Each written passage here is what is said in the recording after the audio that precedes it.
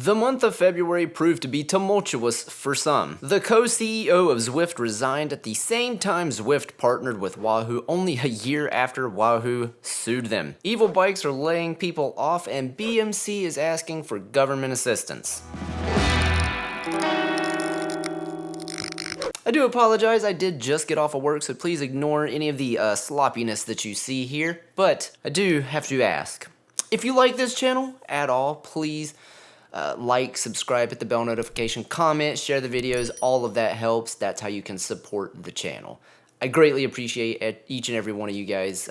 Let's just get to the news that happened in February. Now first off, let's discuss Evil. Now, I haven't had much dealings with this brand other than working on a couple of them 5 or so years ago. I don't know what their quality is now, but at the time, their carbon work was pretty shoddy and the frame was just a solid color with an Evil sticker on the bike. It also weighed a metric ton.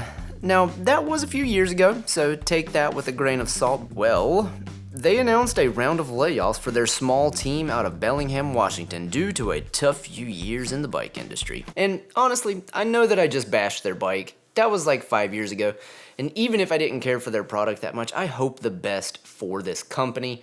They could make great bikes now. Again, you guys know me. I try to give you my anecdotal evidence since I'm in the industry so much. I know at one time they did have a lot of cracking frames. People were complaining about their customer service being lacking, but they are a small brand trying to break into a big industry, and I can only imagine how difficult that is.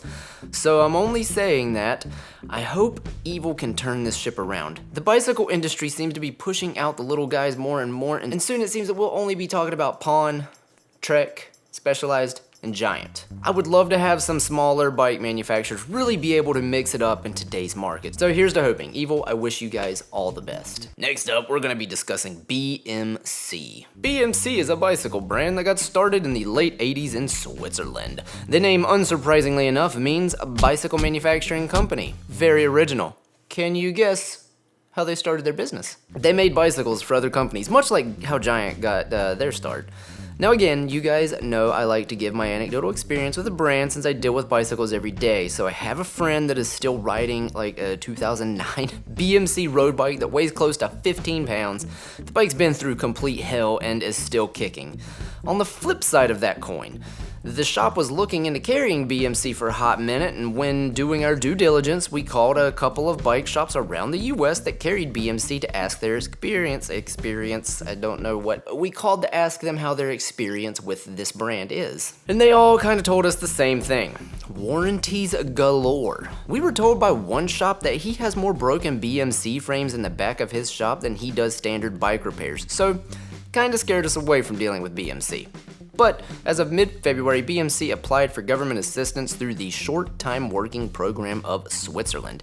STW for short is a program that can be introduced by a company following approval by the local municipal government. Following successful approval, local government pays the company in question the value of 80% of the staff wage bill. As many of you probably know, payroll is one of the biggest costs a business can incur, so this in turn helps prevent the affected company from having to make layoffs. Really, this just means BMC is proactively asking for help with paying their staff so they don't have to get rid of anyone. This also comes at a time when BMC has exited the World Tour Peloton and are only sponsoring a pro-continental Swiss team. I'm just gonna be completely candid and honest with you guys here. Every single bike brand out there has deals going on right now, and I'm not some genius, but I still can't get my head around all these brands thinking the COVID era bike boom was going to last forever.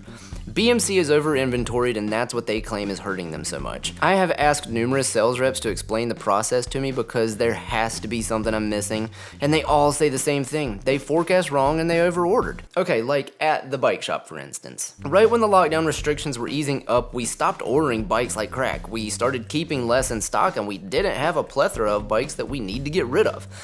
I know that comparing a small business to a huge international company isn't a fair comparison, but still, if we knew the bike boom wasn't lasting forever, I would think that these big companies did too. So if anybody has any better insights into this industry than what our sales reps have been telling us about this ordering dilemma, that more than just the bike industry is dealing with at the moment, please comment below, let me know. I'm super interested. I want to learn.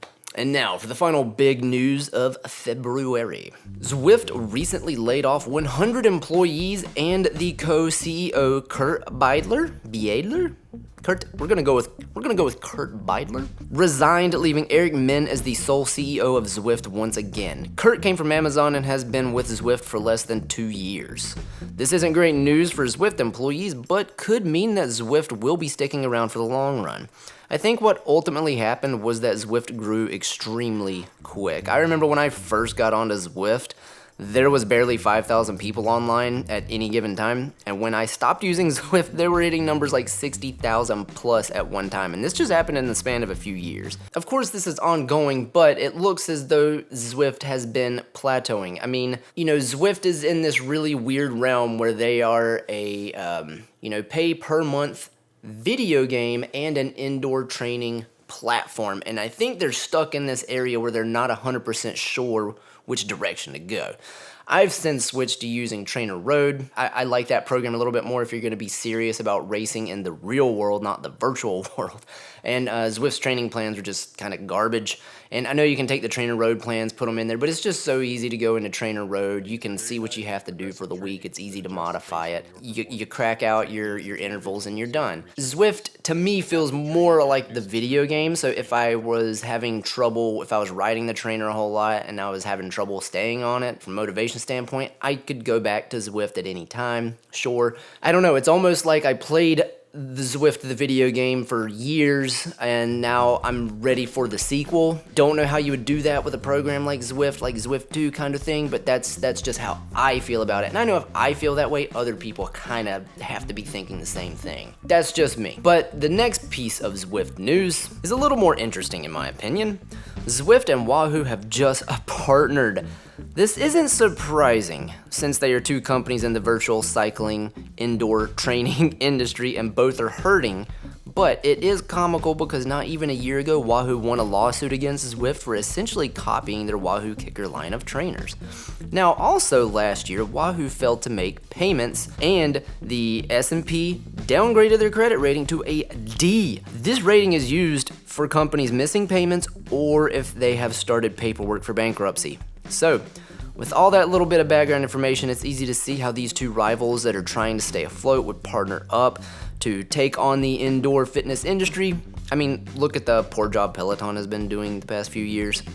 I loved Zwift, but when you think about all the people that ride bikes, then you shrink that number to all the people that train on a bike, then shrink that down to all the people that would train on a bike indoors virtually, it's hard for me to see how a company that the size of Zwift could continue to be this behemoth.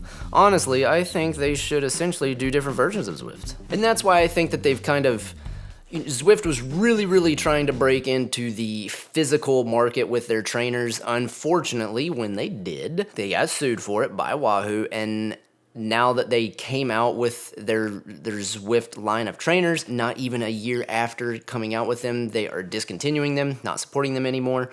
And they're just going to be doing Wahoo's. Both companies are partnering together. I wish both companies the best. Of course, I like Wahoo. They're out of Georgia, I believe, so somewhat local. They are East Coast. I do like the Zwift program. It has helped many people stay on the bike, especially if you live somewhere that snows all winter. I can't live places like that, but they're nice to visit. That is the biggest news stories. You got Evil laying some people off, BMC asking for government assistance, Zwift laying people off, the co-CEO resigning, and then, of course, the most interesting one, two rival companies are now making up and kissing each other, and they're buddy and partnered together. Anyway, that's what I got for you guys. That's the February news. I'm trying to pump these out once a month to kind of keep everyone updated on the cycling industry. So let's keep going. Racing season is upon us. I'll see you all then. Love you. Bye-bye.